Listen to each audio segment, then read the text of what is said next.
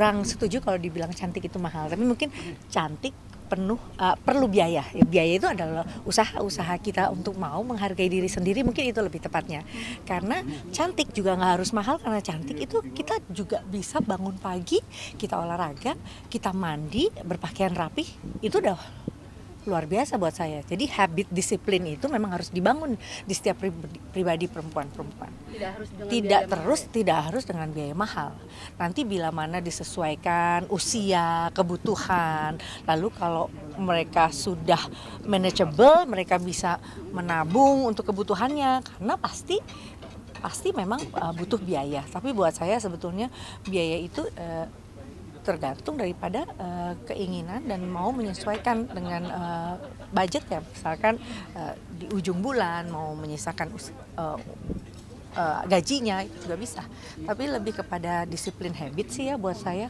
Jadi kalau mau tampak yang tadi dibilang, saya dapat komplimen misalkan punya cucu tapi tambah seger, ya mungkin saya mau bangun pagi terus mau teman-teman masih tidur saya udah jumpalitan di lapangan misalnya, seperti itu bisa buat booster juga. Tapi juga nggak boleh besar diri terus awet muda terus teman-teman nggak lihat aja yang di dalam gelembir juga sama.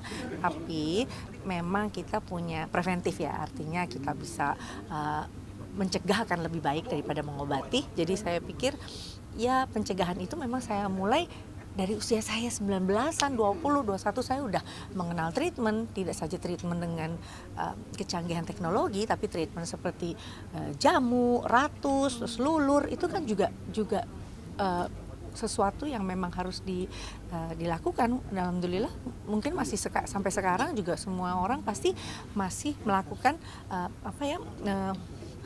hal-hal serupa ya, yang mungkin nggak terlalu modern, lebih ke vintage gitu ya, seperti lulur, scrub, terus ratus, itu kan juga mempercantik diri. Ya latihan-latihan kayak gitu tuh pastinya akan juga ikut turut membantu pernapasan. Kalau kita oksigennya cukup kan pasti larinya ke oksigen ke kepala juga cukup, kita jadi segar. Ya kayak sekarang mungkin sedikit kurang tidur, kurang latihan olahraga ya, saya bayar tidurnya yang lebih maksimal lagi, contohnya kayak gitu.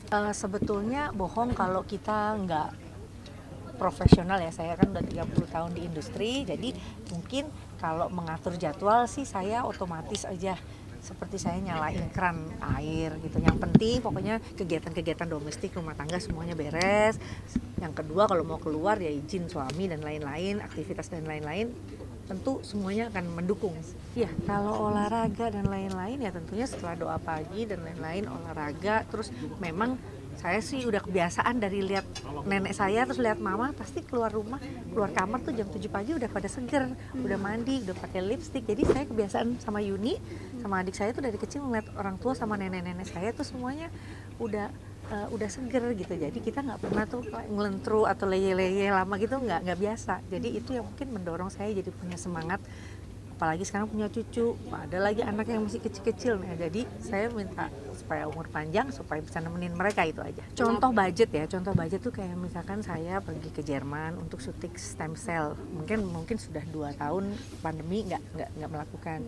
Nah di waktu itu saya bisa nabung tuh gitu, karena kan memang biaya itu kan ada pesawat, ketemu dokter, konsultasi, terus biaya itu ada, pasti ada, tapi yang nggak bombastis yang kayak viral miliaran gitu, enggak. Kalau sekarang vitamin yang setiap hari ya, suplemen setiap hari, terus saya masih minum kopi terus tanpa gula gitu, sama ya dietnya diet balancing aja, artinya saya nggak puasa yang intermittent puasa itu enggak. Saya ajarin gitu, yang simple aja, yang gampang bikin ganggu dia. Tuh suaminya masih muda loh gitu, ayo harus diet, harus olahraga, makanya langsung dia list tuh, wah guru olahraga, guru wushu, guru kickboxing, guru yoga, dia udah punya catatan semua supaya dia punya semangat. Nggak usah, dia pasti lihat saya dari kecil, dia procot udah ngeliat saya memang senang olahraga, pasti ada yang nurun lah. Dia udah video call, masih di rumah kakeknya, karena kan baru pulang umroh kan sama bundanya tadi ya, Mas Santi tadi juga sempat video call, jadi ya kangen sih, gantian nanti insya Allah habis dari itu ke rumah saya gitu. Tapi saya lagi sedih soalnya pelatih saya kan sudah masuk pelatnas, jadi belum dapat lagi pelatih baru. Jadi ya mudah-mudahan tetap bisa tetap bisa eksis olahraga ya, karena kalau kita dari muda udah biasa olahraga terus kalau nggak olahraga badannya sakit-sakit. Jadi sementara saya balik lagi ke kardio dulu. Kalau stamina itu jelas karena saya kan nyanyi di bawah panggung, di atas panggung, itu semuanya tetap pernapasan tetap diatur ya, apalagi kalau nyanyi kan tidak nyanyi aja tapi kita bicara mengatur nafas, lalu stamina untuk tetap terus melakukan koreo, lalu terus tetap fokus, menjaga oksigen di kepala tetap mengalir enak supaya bisa menyapa orang dengan baik. Nah itu kan teknis, jadi ya mudah-mudahan bisa terus sehat. Yang namanya anak-anak, saya percaya mereka melakukan hal-hal baik ya. Jadi sebagai warga negara yang baik, saya sudah minta anak saya untuk mendatangi Bareskrim. Kalau misalkan membantu segala testimoninya, statementnya membantu dalam rangkaian BAP, itu akan memudahkan. Mudah-mudahan nanti tidak ada penafsiran-penafsiran yang buruk lagi tentang anak-anak dan menantu saya. Dan mudah-mudahan semuanya baik-baiklah ya, keluarga ini semuanya baik. Iya, saya tanya. Ya mereka diskusi bagaimana ya saya maju aja sebagai warga negara yang baik sesuai panggilan dan mudah-mudahan hasilnya memuaskan. Ada 134 orang termasuk public figure 5 orang itu. Kalau Atta Halilintar sama Aki Malik, dia diduga kena pasal 5 TPPU karena menerima aliran dana dari tindak pidana kejahatan. Tadi pasal 5 itu jelas disebut patut menduga. Artinya dengan harga banana yang tali ikat kepala itu 2,2 M, apakah itu hasil kejahatan atau tidak? Maka dari itu, maka diduga dia kena pasal 5, tidak kena pencucian uang, itu pasal yang pasif ya. Sama juga dengan si Taki Malik, dia menerima 700 juta dari menjual sepeda Brompton. Maka itu yang kita laporkan. Kemudian terkait Mario Teguh, dia jelas adalah founder ya, founder terkait dengan grup Billion Group ya. Kemudian dia leader juga. Kemudian si Kevin, dia juga salah satu yang mempromosikan terkait dengan endorse, karena di Zoom meeting dia terlibat dalam hal itu. Kemudian yang terakhir si Adi Perkasa, ya dia jelas juga dia ada salah satu leader di Net 89 dan ada di Instagramnya pun dia post itu. Nah maka dari itu mereka-mereka yang terlibat ini kita minta untuk hadir untuk mengklarifikasi ke Mabes Polri terkait dengan dugaan mereka terlibat Net 89. Karena atas mereka yang menjadi promotor ataupun menjadi endorse itu bisa menarik para korban untuk ikut serta. Kemudian kepada Atta Halilintar, kemudian Taki Malik, mereka harus hadir ke Mabes Polri untuk menjelaskan aliran terkait dengan menerima uang 2,2 M sama 700 juta itu. Kalaupun mereka ingin menyerahkan, kita berharap mereka menyerahkan itu. Kalau tidak, bisa dikenakan pasal 5, maksimal 5 tahun penjara.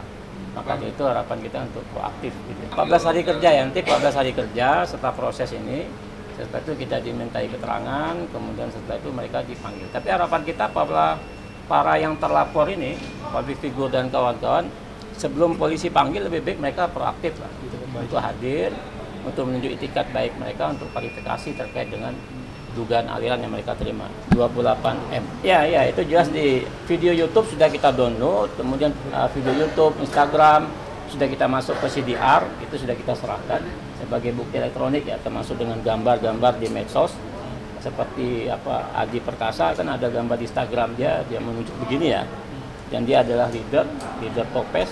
Nah, dia sudah kita laporkan bukti terkait dengan gambar itu. Oh iya, kalau saya sih dampaknya ya sangat berdampak ya, karena itu sebenarnya kan uang buat jaga-jaga ya, ibaratnya kan uang pensiun lah ya sebenarnya.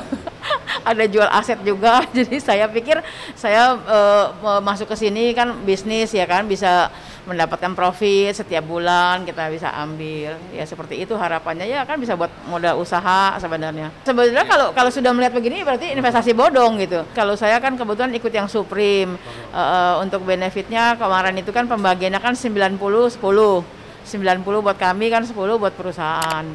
Itu sih, jadi kita makanya saya ikut yang paling besar kan, supaya mendapatkan keuntungan yang ya lebih besar.